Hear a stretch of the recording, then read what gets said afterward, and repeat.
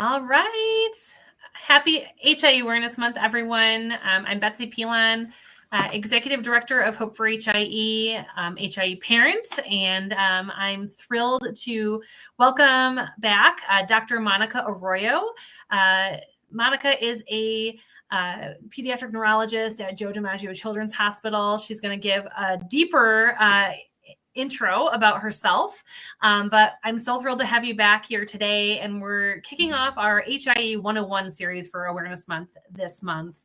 And we're starting with what causes HIE, which is something we could talk about for days, weeks. It's not a easy black and white one to talk about. So we're going to dig deep in the time we have today. So Monica, welcome back to our Q&A series.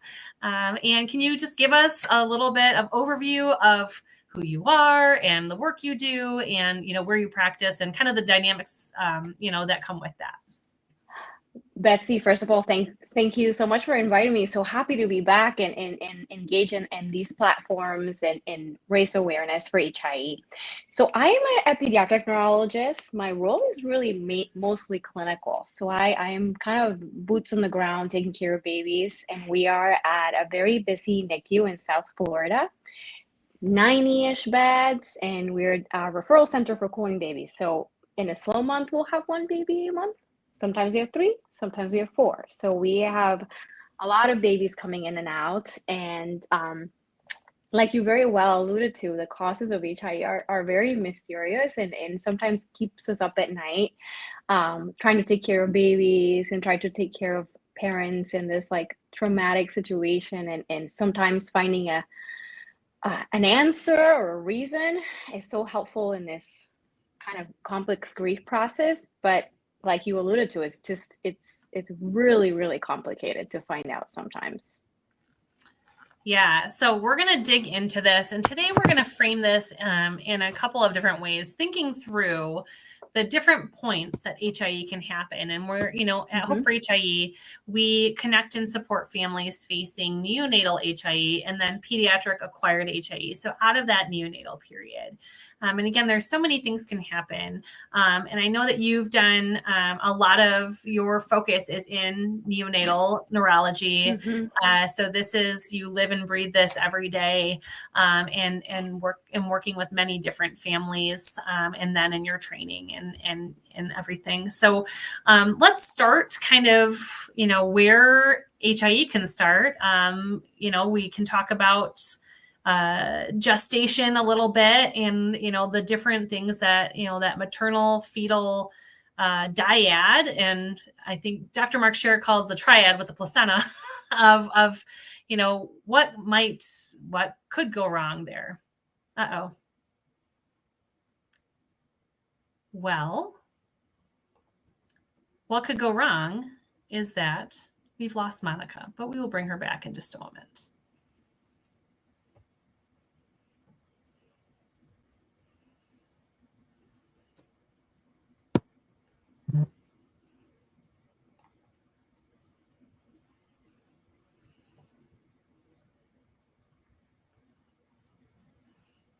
In the meantime, if you're joining us, please feel free to let us know where you're joining from in the comments.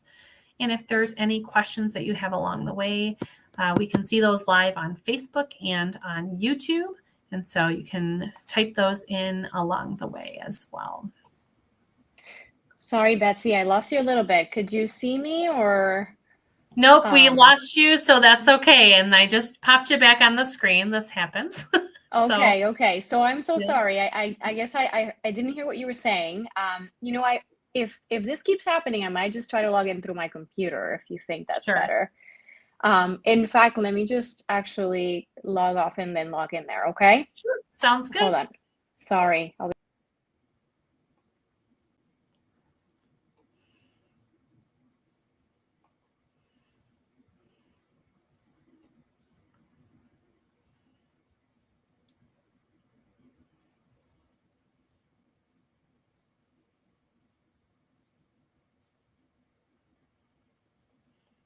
All right. I see a couple of friendly faces in the chat, familiar faces and names. All right. And let's get Monica back up on.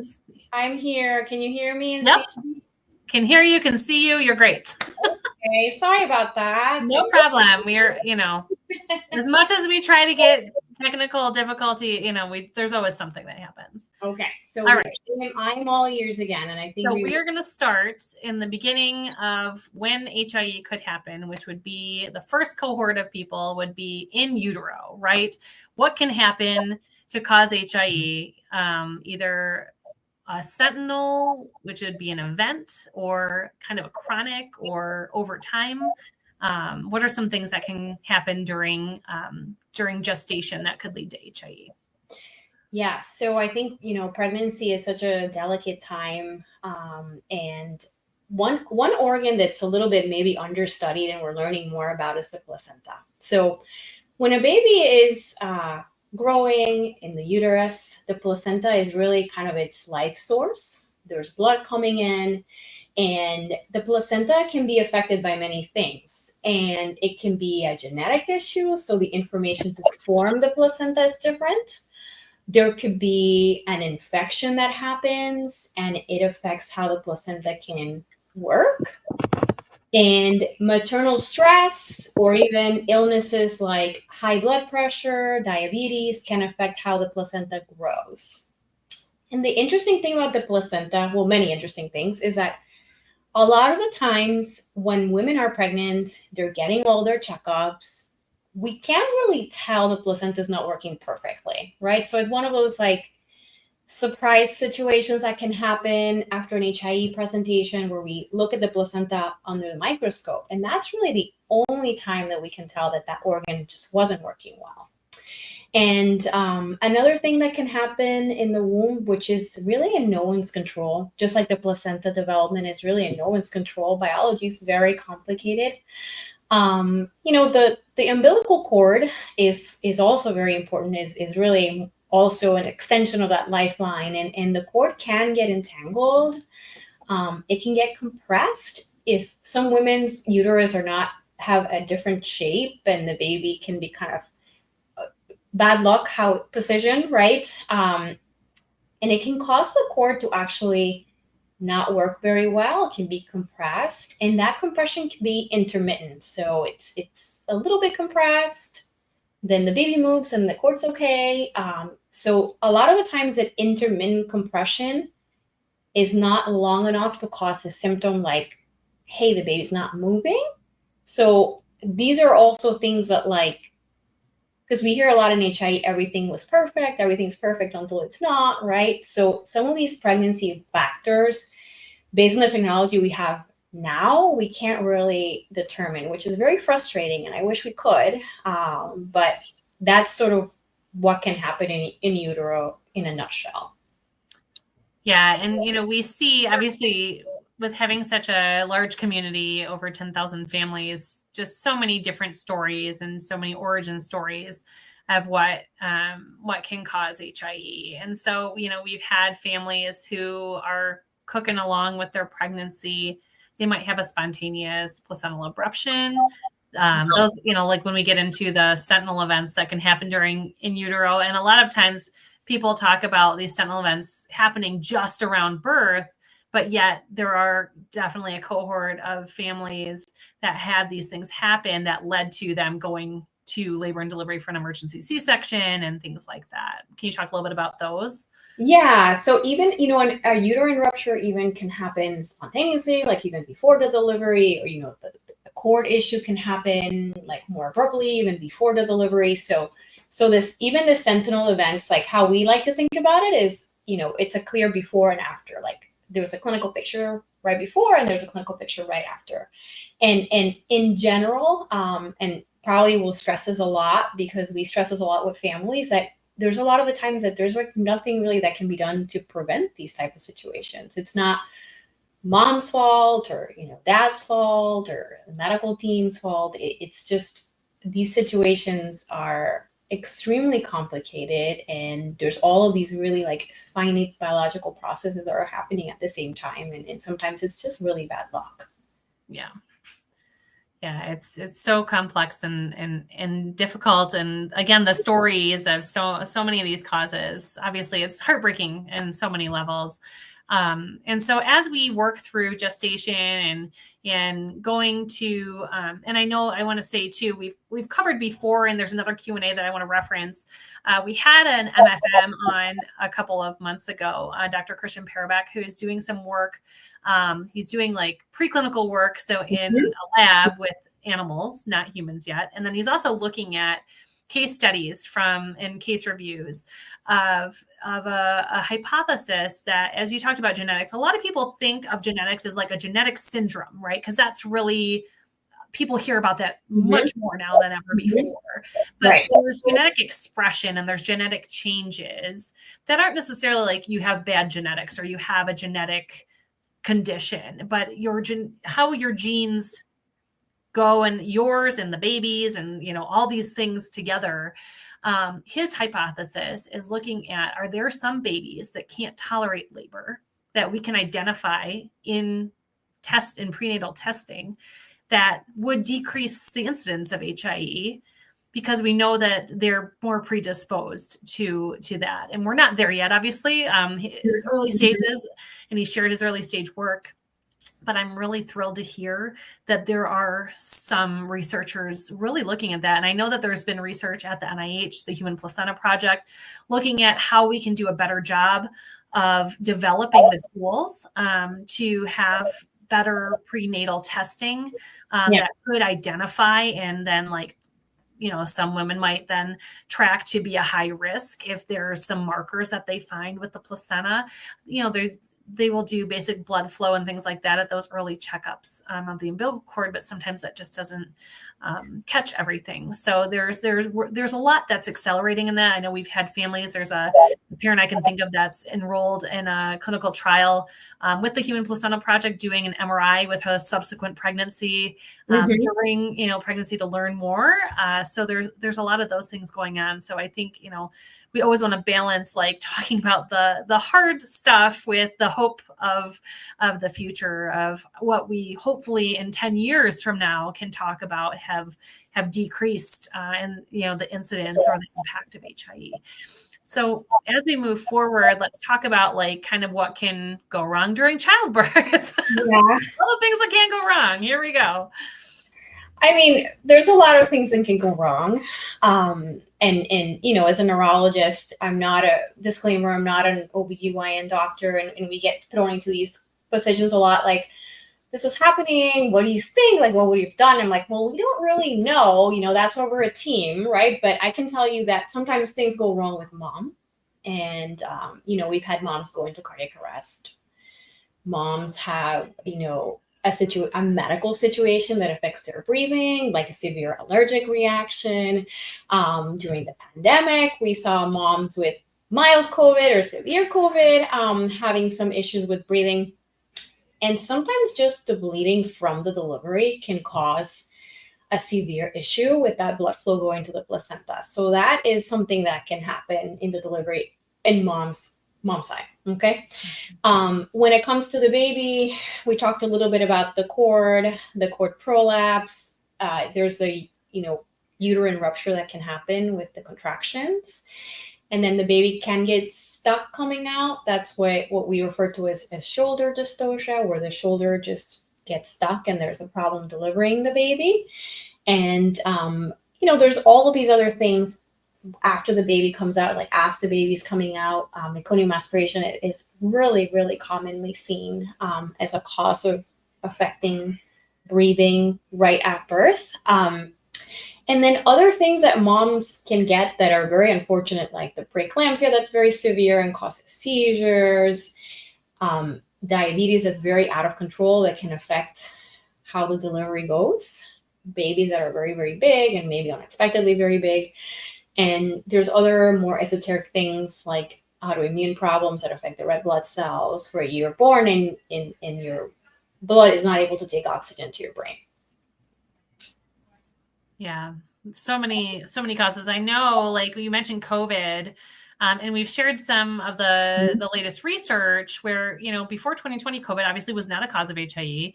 And they found that, because it makes sense, like COVID can affect oxygenation, that, when it affects the mother and especially severely, it can affect the baby as well.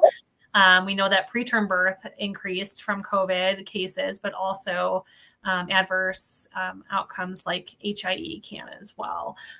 So that's definitely something that got added to the mix over the past couple of years as a new cause.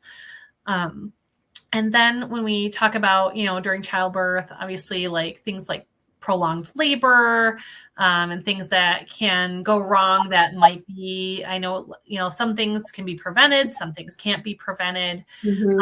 And so, it's mostly during HIE during childbirth that can come into play a little bit. Can you talk a little bit about that? Yeah, so the duration of labor is also a little bit tricky for neurologists because we're maybe not as attuned with that. But we hear a lot of stories, lots of stories. So, I was pushing for this long. My baby was in distress for X number of hours. And it's really challenging sometimes being a referral center. You get a patient from maybe another institution and you don't have all the nitty gritty things available to you. But I think that this presents itself over and over as an opportunity to continue to collaborate with our OB colleagues who are really experts in labor duration and what to best do. But we hear a lot of those stories that a lot of the times when labor is really prolonged and there's abnormal tracing and in the heat of the moment that, the heartbeat can drop and was that preventable or not? We don't know, right? But it can really happen in an instant, even when things are going okay. Like I heard a quote from a parent the other day. The mood was really cheerful in the delivery room until the baby came out, right? So that's how quickly things can change. Like we made it, we're at the finish line, and then the baby came out and the baby's not breathing. Can happen. Well, and I've heard about, we did a causation one on a little bit different with Mark last year, and he talked about a little about fetal reserves. And I thought that was an interesting concept that I don't think gets talked about a lot. And he talked about how birthing itself is a hypoxic process. So like, what's the difference between, right, where it's part of normal physiological birth, and then it crosses over to be HIE? Like, what, Yeah. Biology is complicated. Being born is complicated. Being born is stressful. And I think, maybe we haven't talked about it yet today, but a lot of the times there's a combination of things, right? Like, it's like we're trying to untangle the mystery of what happened. And it's not one single thing. It's a combination of things. And some babies, for some reason, say the placenta wasn't perfect and maybe if the delivery was smooth, there wouldn't have been an issue. But then you have a placenta that's already compromised a little bit, and then you have a labor that's more prolonged or shoulder dystocia or meconium aspiration. It's sort of like stacking the odds against this little baby. And that's kind of where we use the term reserves, right? Like maybe the low reserves are the placenta wasn't perfect, or alternatively, this baby is more resilient because the placenta hadn't been perfect. So I think there's still a lot of things that we don't understand about the process, and it's very exciting to think that there is research coming down the pipeline that will help us pinpoint the cause, because it's just so important for families and even for us taking care of babies. We don't want to miss something, right? And if we had better idea of how to prevent it or worst case scenario could happen, to be able to have a better timeline or causation, it would be great. Yeah, really great. For sure. And, I know, I think when we prep this, we're going to talk about first neonatal encephalopathy. Yeah. Oh, yeah. So we just went right to HIE. We just went right into it. But, there's lots of terms that are used. And HIE, hypoxic ischemic encephalopathy, is used under the umbrella of neonatal encephalopathy. And what does that mean? And what are the other buckets under that umbrella? Yeah. Well, we can even take it a step back, because I think most people don't know what encephalopathy means, right? I mean, it's such a fancy, beautiful word. but nobody has heard it before, right? Unless you're in the medical field. It's a very unfamiliar world. So for us in neurology, the easiest way to describe it is someone that's not acting normal, right? So if I had an encephalopathy, I'm an adult. Sometimes I'm sleep deprived, but I'm an adult. So if I was encephalopathic, I'd be confused. I'd be slurring my speech. I wouldn't know how to use my body. Maybe I couldn't walk, or maybe my level of alertness wouldn't be normal. And you would say, oh, that patient has an encephalopathy. They're not acting well, right? So when you think about a baby, like, how can you even describe that, right? So an encephalopathy in a baby is a patient that is not acting, a baby that's not acting as expected, right? Term baby, not doing certain things, makes us think the baby has an encephalopathy. So the term neonatal encephalopathy, it's an encephalopathy that presents in the neonate, right? In the newborn baby.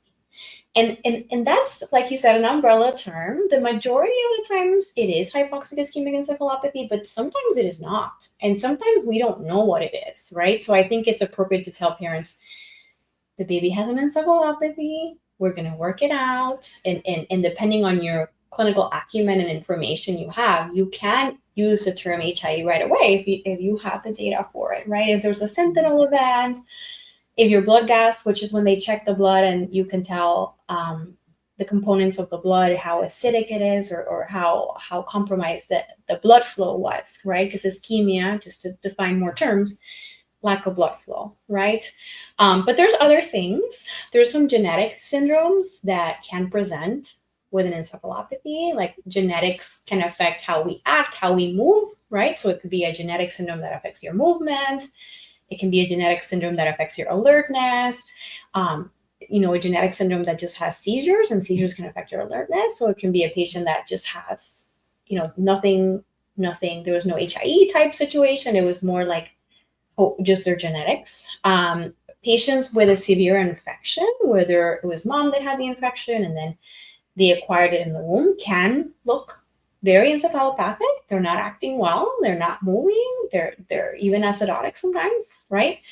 And then there's other things in the brain, like their brain wasn't formed correctly, and they have a severe brain malformation that affects how their brain works. A stroke, which is lack of blood flow from one artery, either from a clot or from the placenta, or from another abnormality of blood flow to the brain that's more specific to one part. And basically other things. Well, these are like the bigger categories. And Betsy, correct me if I'm missing any, but HIE is just the most common one. But when we don't have a story for HIE, we're in the neonatal encephalopathy hunt, and making sure that we don't miss a diagnosis that might have a different treatment, or also be realistic with families up front that maybe the cooling or therapeutic hypothermia might not help their child as much as a patient with HIE. Sometimes we try it anyway because we don't want to miss an opportunity, but also saying, we think this is an infection. We're going to do everything, but, we're going to do the antibiotics, we're going to do the cooling, we're going to do this, but this might not be an HIE case. Yeah. And it's really, I've heard it described as, kind of going on a hunt of, a mystery that you're solving. And I've asked questions, of many people of when is the time, because a lot of families obviously are like, why didn't we hear it? A lot of them now, like you said, if it's something that feels very clearly, we know the cause, they might get it right away. Some people, I'm always blown away when people are like, oh yeah, my OB told me that's HIE, like in the delivery room. Like, what? Like, that's crazy. It's great. Like that they feel confident to make a diagnosis early on.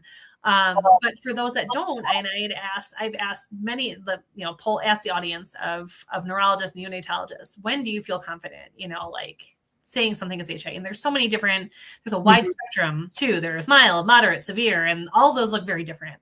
And it seems like, day 5 seems to be kind of a 5 to 7 are the days that, which seems like a long time for families to wait for that confirmation. And I know the MRI, we're going to do another one about, how HIE presents and all the things, with Dr. Liz Sewell, in a couple of weeks.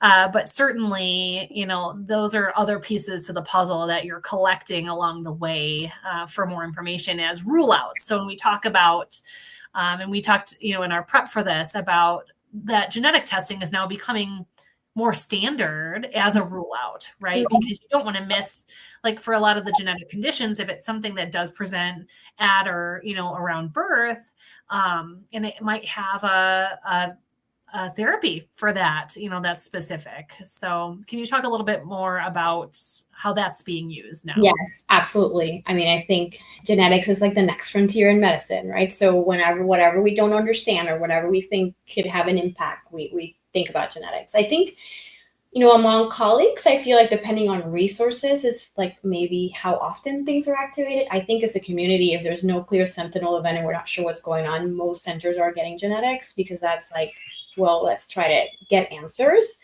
And sometimes even if the sentinel event is there, but maybe the presentation just seems like exaggerated for maybe imaging or clinical course, I think that's also a time where limited resource centers are using it clinically. And there's other places that are pretty routinely HIE patients getting genetic testing. I don't know what feedback you've gotten from the community about that. Yeah. And I know that, you know, we're a part of the neonatal seizure registry, and there's NSR gene, which is looking at genetics of neonatal seizures. HIE is the top cause of neonatal seizures. So I think we're seeing some families definitely that enrolled in that. And then there's other centers that are looking at doing, you know, like with clinical trials, let's do genetics on every baby that we can consent in and see what we get. And I know that, you know, some genetic testing has been done. It was done on the HEAL study. Yeah.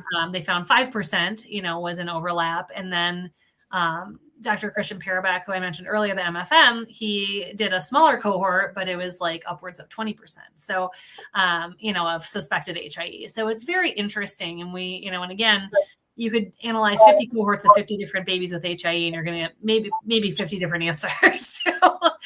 Because it is so individual. And I think every year it's changing. So we have patients that we see in the practice, maybe that, you know, are 7, 8, 9 years old, and you kind of wonder like, should we get genetics now? Because it kind of never really fit, or, you know, it wouldn't be nice to know, right? So I think that families that like enter this like Hope for HIE support space might be coming from like, you know, older children. I know that for transition for adult neurology, there's a lot of push about when you transition a patient to adult neurology, you have to try your best to have a very clear understanding on the pathology, right? Like this is a patient that has cerebral palsy because, and then if you can't answer that question confidently, you should probably try to before you send them, right? Because our adult colleagues maybe are not as well versed in these things as we are, or you know, out of a kindness, like, hey, this is a transition patient. Transition is such a hot topic in neurology, and your parents are worried and nervous. And I think that this is like the kind of things that we can do before we transition. Like, hey, this is a patient, and this is what we found. And even genetics, sometimes they don't find anything, or these variants that we don't know what they are.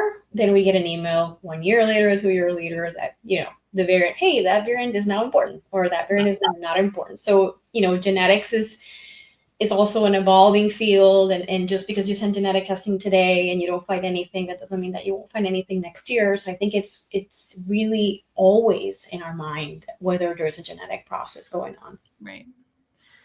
And interesting that some of these things can co-occur. So HIE can co-occur with stroke or with genetics or with infection, you know, and that, again, it's we all, I think, want this like A plus B equals C. And sometimes it's just not that tidy. It's really murky. So let's move forward and talk about this happens in about 5% of neonatal HIE, which is SUPC, a sudden unexpected postnatal collapse cohort. And we do have families in our community that have talked about this. And these are the kids that come out pretty well, good APGARs, decent blood gas, and then, you know, kind of have a lot of them will develop neonatal seizures 12 to 24 hours later. Can you talk a little bit about that? So these cases are very scary. Scary for us too, because we always wonder, like, did we miss something? Did something happen that we just didn't notice? Because by the time that they present with seizures, they can't really benefit from hypothermia, and we always feel like, hey, we missed an opportunity. But these patients are well appearing. Sometimes they're in the newborn nursery, or maybe they're in the NICU for some other maybe unrelated reason, and this happens. I feel like when I've encountered a patient like this, I've definitely delved into genetics. And I think that, if there are families that have gone through this situation, I would advocate for them to get genetics if they haven't, right? Because these are the ones that you want to just make sure that we have all the information.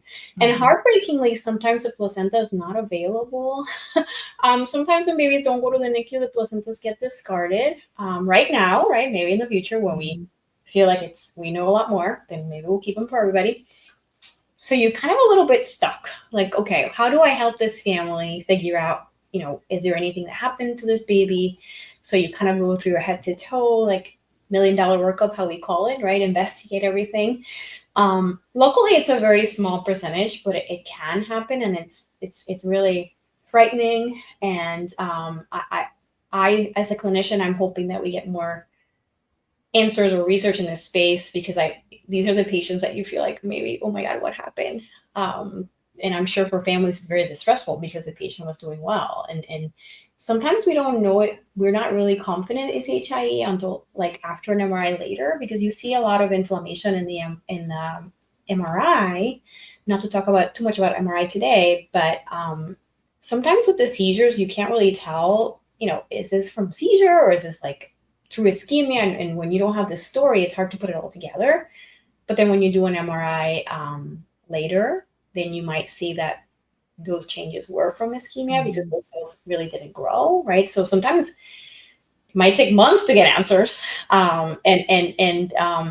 Parents were like, okay, what, did we position them wrong? But, they didn't turn blue. Like we go through all of the things like, where was the baby sleeping? If they were in the nursery, what happened? And that investigation can feel like accusatory, but it's really not. It's just more like it is distressing for us when it happens, right? And we want to make sure we don't leave any stone unturned.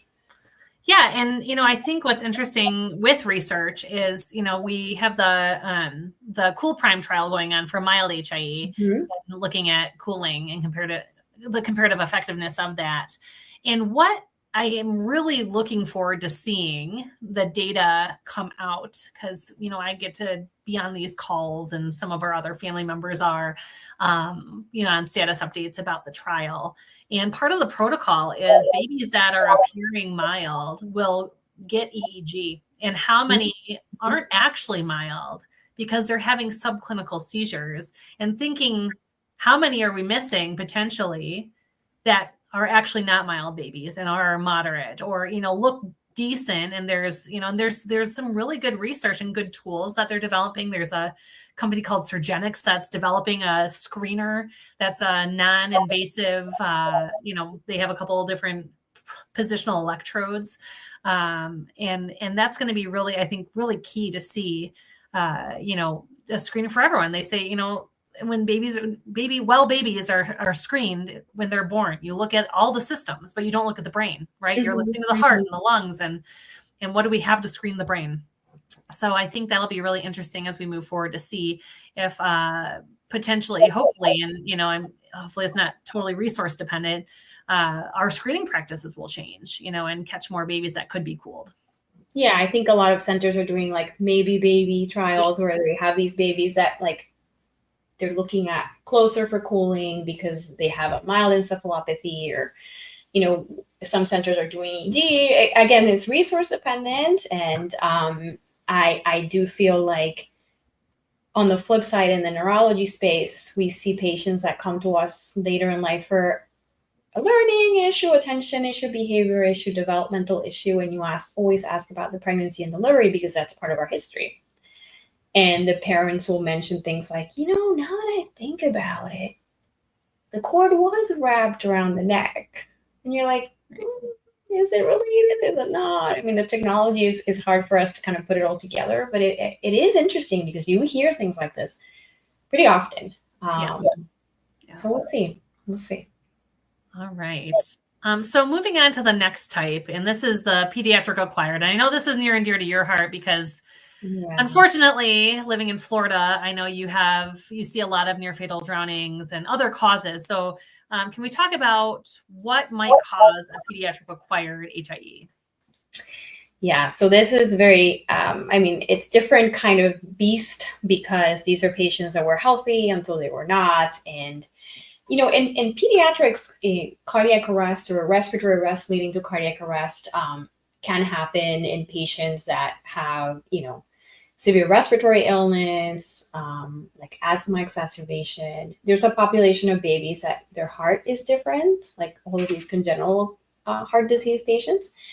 And they're at risk for having some kind of compromise because their heart's different. And sometimes the arrest can happen in the hospital, which is really hard, right? You come from the cath lab or something happens in the hospital. You're very, very sick with a pneumonia and it evolves into a cardiac arrest situation. Or you can have a cardiac arrest at home, choking, near choking, and then the near drowning. So near drowning essentially means a patient that is underwater and could have drowned, meaning could have passed away if after a certain period of time they didn't recover their breathing and their circulation.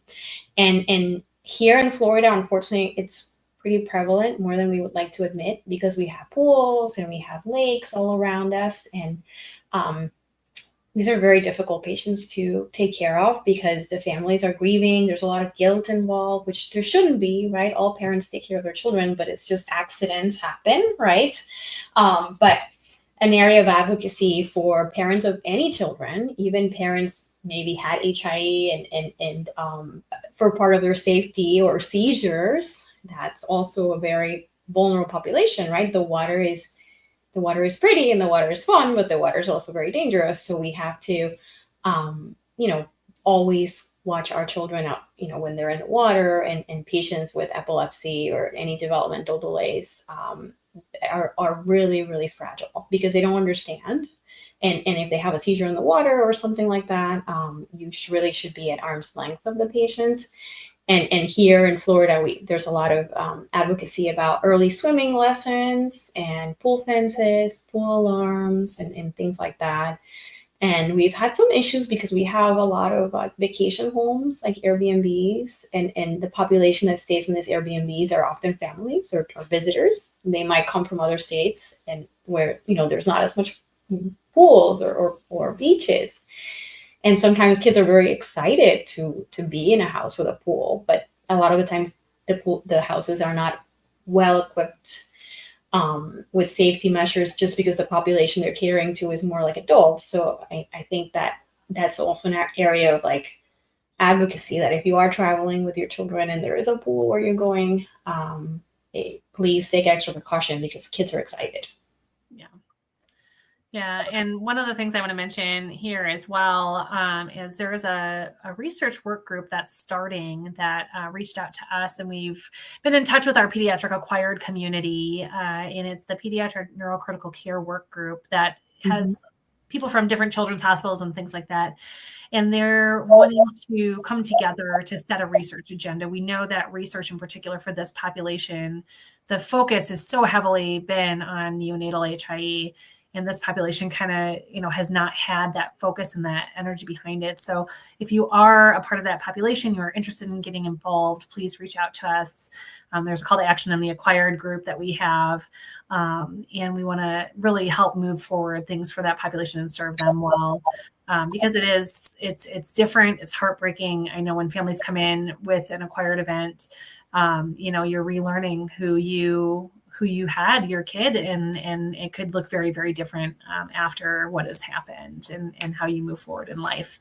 And looking at what research can be done. I'm really thrilled to be connected to these researchers and see that this is happening. The focus on this population, it's long overdue. So, and I'm really thankful for you to share the advocacy points for all of us, regardless of our kids and things like that, of being more mindful about safety. Swim lessons. There's swim lessons for adapted swim lessons as well. It's,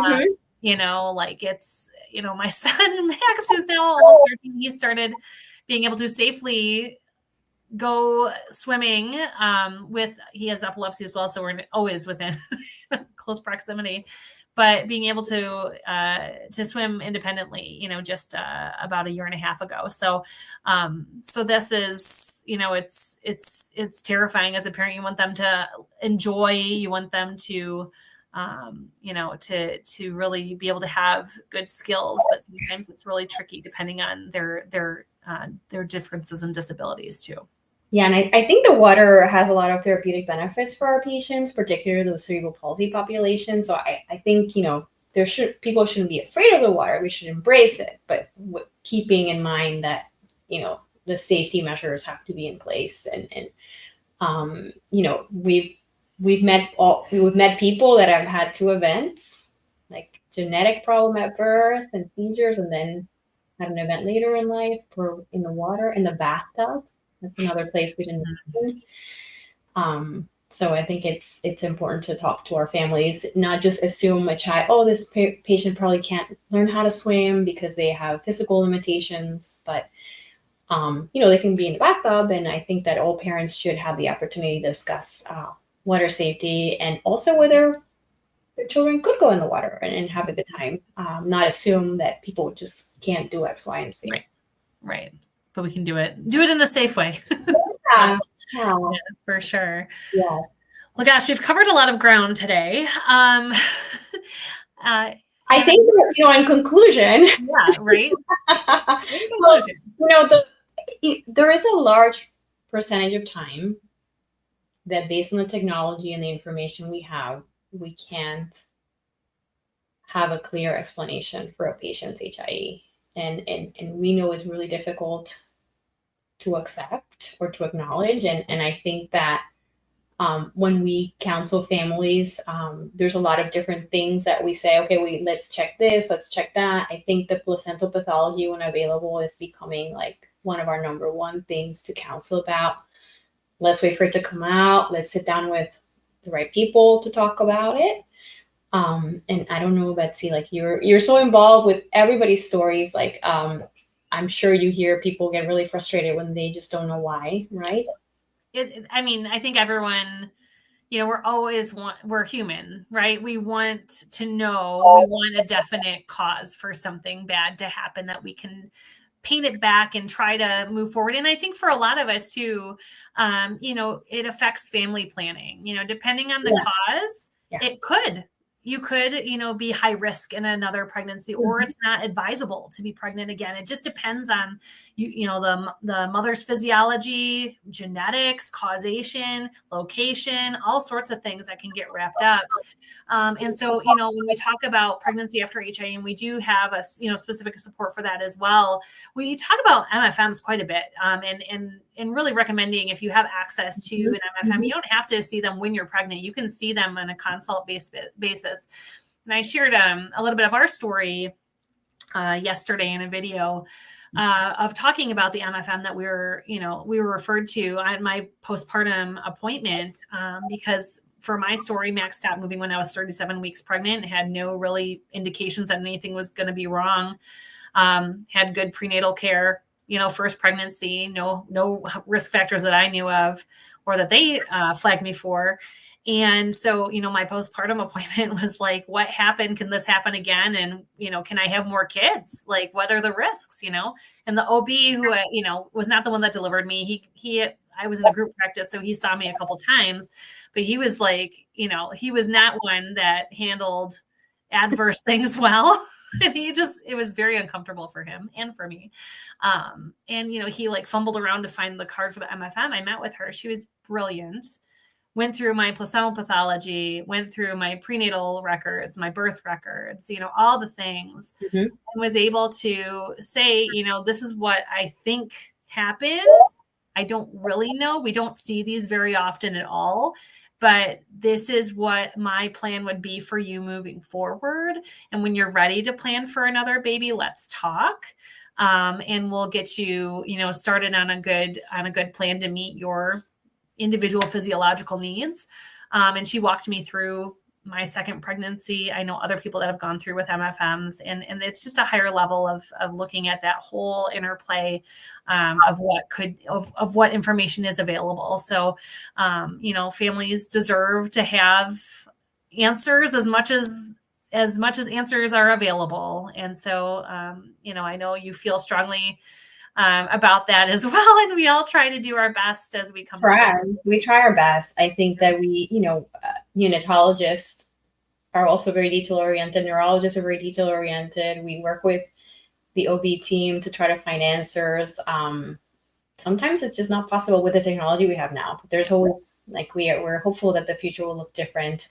And I think a preconception counseling appointment with MFM is so valuable. I think also to have a team if you're going to get pregnant again, or even if you're not sure, because they go through everything, like you said, and sometimes they find clues that we didn't see. It's sort of like solving a mystery, and I've seen many families go on to have healthy pregnancies a second time around with maybe no change to the plan or a minimal change to the plan.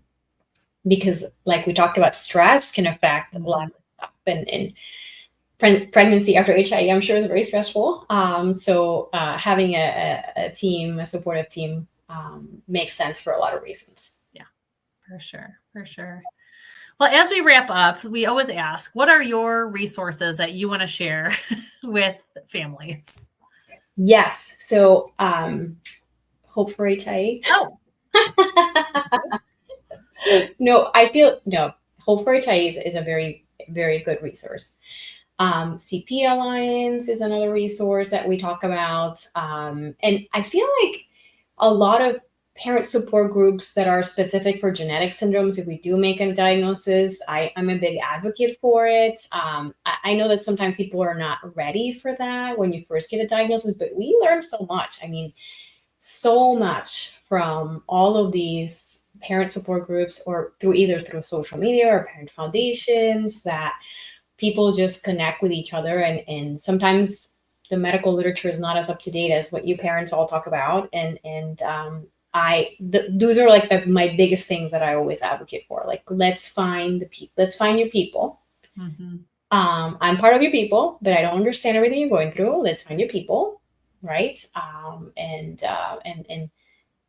share with me what you find from your people, and we will take that information, and if it's within the scope of things that we can do, we will do it.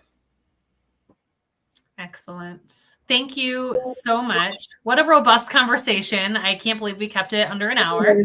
Yeah, lots to talk about. So I hope that it's helpful to go over these things. Some of these medical terms are a little overwhelming. So hopefully we were able to explore some themes a little bit more in this conversation. For sure. And thank you so much for Monica is on our medical advisory board and has been for several years. She is also passionate about making sure that the Spanish speaking population has resources. That I know that home for you has been Puerto Rico, and you have family there, and there's other amazing physicians that are looking at building more within Puerto Rico. So if there's families that want to get more involved in those efforts as well, please reach out. So you are just such a champion for the families that you work with, for HIE, and we're so grateful for everything that you do for the foundation and the care that you provide for families. We're just so lucky to have you, and families are so lucky to have you who are under your care. Thank you. So much. It's really a journey. It's we celebrate all the wins together. They're worth it. Absolutely. All right. Well, and thank you everyone who's been tuning in today. I know people have been shouting out, Maria, who says hello to Dr. Arroyo, who knows you well. Yeah. And then others in our community have been sharing where they're tuning in from. So if you're catching this on the replay, you're welcome to continue the conversation in the comments, or reach out to us at outreach@hopeforhie.org. And we'll continue moving forward. Our next HIE 101 session, we have a couple others throughout HIE Awareness Month. We're going to do all about MRI. We're going to do HIE diagnosis, like what comes after, birth. We covered like everything that can lead to HIE and where HIE enters the world. And then we're going to talk about what comes next as well. So please join us for those. You can stay up to date on our website on hopeforhie.org/events for all of our events, support events. We have our newly diagnosed support group tonight with our social worker, Jen Schaefer, and a couple of our peer support mentors. There's always something going on. So let us know what you need always. And again, thank you everyone for tuning in, and we will see you soon. Thanks.